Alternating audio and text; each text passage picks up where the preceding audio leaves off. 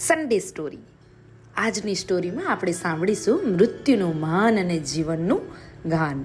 એક ઝેન ઋષિ, નામ ઝુઆંગઝુ. આ ઋષિ નદીના કિનારે બેઠા હતા અને એક કાચબો નદીમાં તરતો હતો. ઘડી ઊંચે આવે, ઘડી નીચે જાય, પૂંછડી આમ તેમ હલાવે ને મોજથી ડૂબકી દાવ રમતો રહે. ત્યાં રાજાના બે મોટા અમલદારો આવી પહોંચ્યા અને ઝુઆંગઝુ ઝેન ઋષિને ઝૂકીને સલામ કરી અને કહ્યું કે રાજાએ તમને મુખ્ય પ્રધાન પદે નિમવાનું નક્કી કર્યું છે. પોતાની સાથે પધારવા તેમણે ઝેન ઋષિને વિનંતી કરી.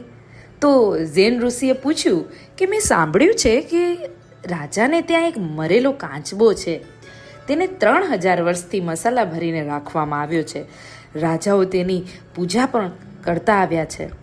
કાચબાને બહુ બધા માન આપે છે. આ ખરું છે? શું આ વાત સાચી છે? હાજી, એ કાચબો બહુ પવિત્ર મનાય છે. એ મરેલો કાચબો આટલું માન પાન પામે ને કાચની પેટીમાં પુરાઈ રહે એ સારું કે પછી આ નદીમાં તમે જીવતો રહીને જે કાચબો આમ તેમ પૂંછડી હલાવે છે તે સારું?